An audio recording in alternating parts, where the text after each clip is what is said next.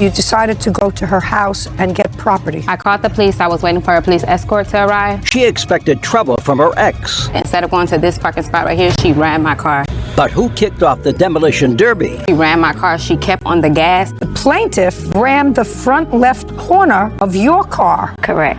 You're not playing with a full deck. You're one can short of a six-pack. Judge Judy. Miss Collins, how long were you and Miss Carrington a couple? From April of last year to February of this year. You have a child. Yes. How old? 4. And you remain friendly with, according to what I read, the father of your child. Correct. That created an issue between the two of you, I gather, from both of you. That be a fair statement? Yes, ma'am. And you broke up in February of 2019. According to you, you went to retrieve some of your clothes and possessions that were at Miss Carrington's house. And when you got there, she rammed your car. Miss Carrington says that quite the opposite. You rammed her car. Okay, so why don't you go over and tell me what happened and on what date in February? Yes, ma'am. So this was March the 6th. Which was what? The date that it happened was March the 6th. I had called a police escort. Just a second. March 6th. So you broke up in February. You wanted to get some... We were still talking, but we weren't dating. On March the 6th, you decided to go to her house and get property. What property?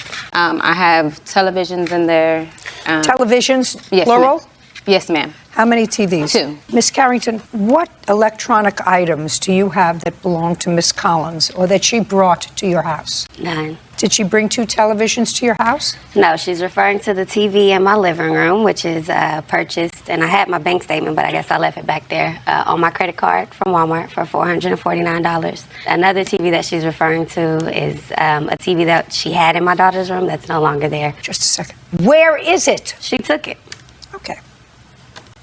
Was that in March? No, that was prior. That's when we broke up. In what month? In February, as she stated. So she took the one television that was in your daughter's room. Which is all she had, yes, ma'am. She took in February. What other electronic, before you go over there, what other electronic items did you have in her house that you didn't get? I didn't get my TV. The one that she's saying that I took, I did not get to get my TV. Neither one of the TVs. I actually, every time I would ask her to get my item, she would block me. So I didn't get to get my TV that she's referring to that I took, and my Xbox as well. Okay, when you went over to the house on March the 6th, did you go into the house? No. She told me that number.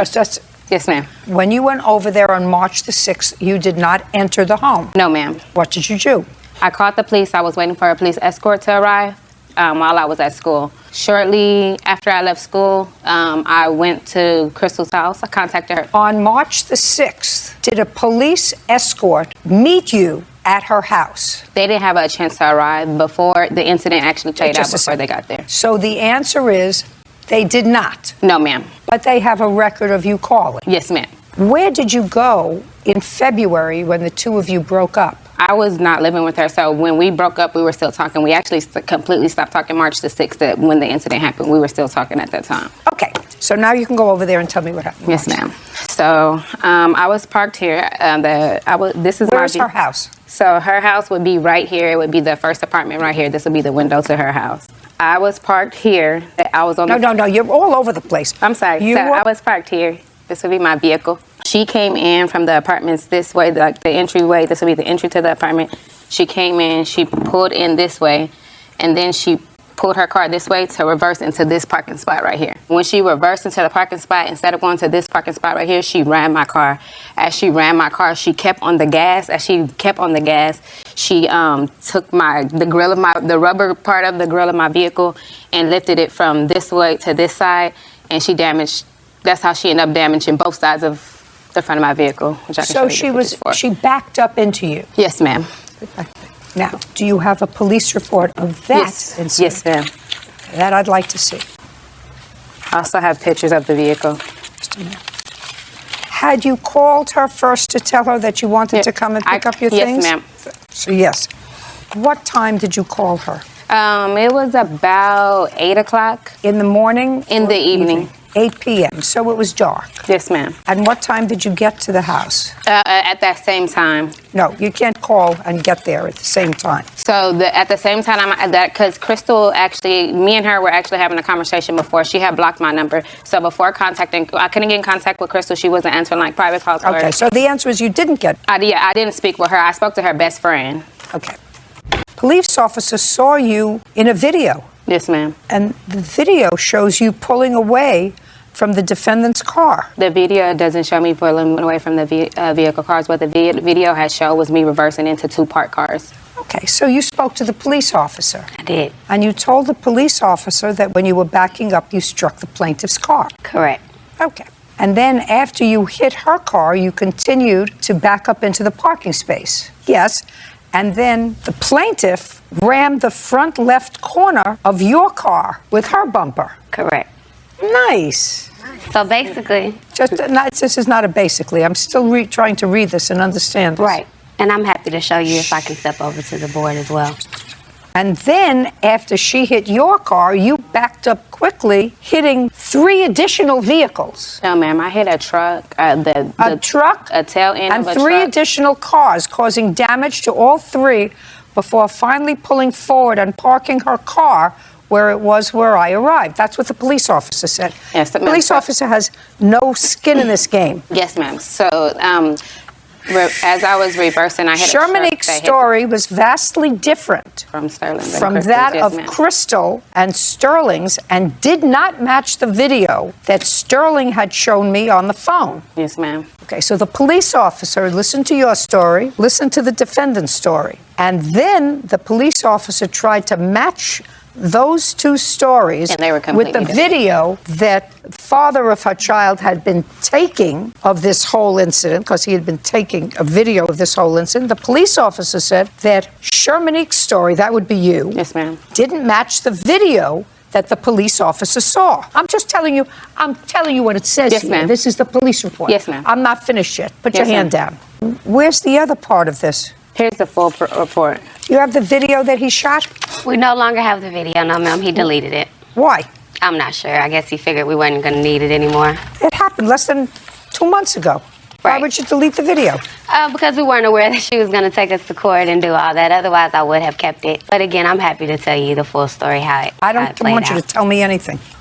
Police officer indicates that it's my belief after seeing the video and interviewing all of the involved parties that Shermanique came to the above location to retrieve property and got into a disturbance with Crystal and then called 911. That call, you reported that this ex-boyfriend of the defendants had a gun and pointed it at you. That's why there were guns drawn. The police officer said, after interviewing everybody and conducting a search, I do not believe that Sterling had a gun, nor did he point a gun at Shermanique. He had a video that he was taking.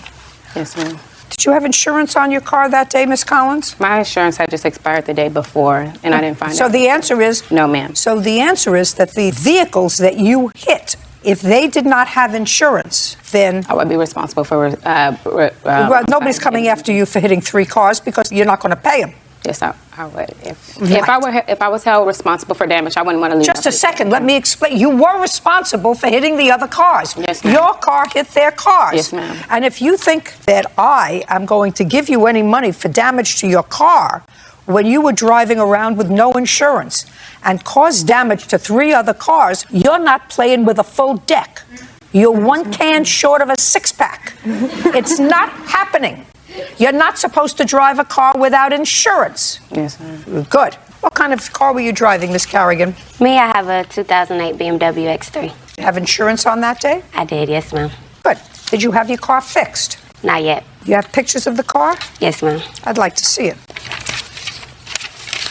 Miss Collins, did you leave your name and telephone number on the cars that you hit? Yes, ma'am. I had left my insurance information because I didn't know that it was expired at the time. And nobody ever knows their car's insurance is expired. I'd like to see proof of insurance on your car. If you'd like for me to pull it up on my phone, I can. I would. I just cracked my screen, so bear with me.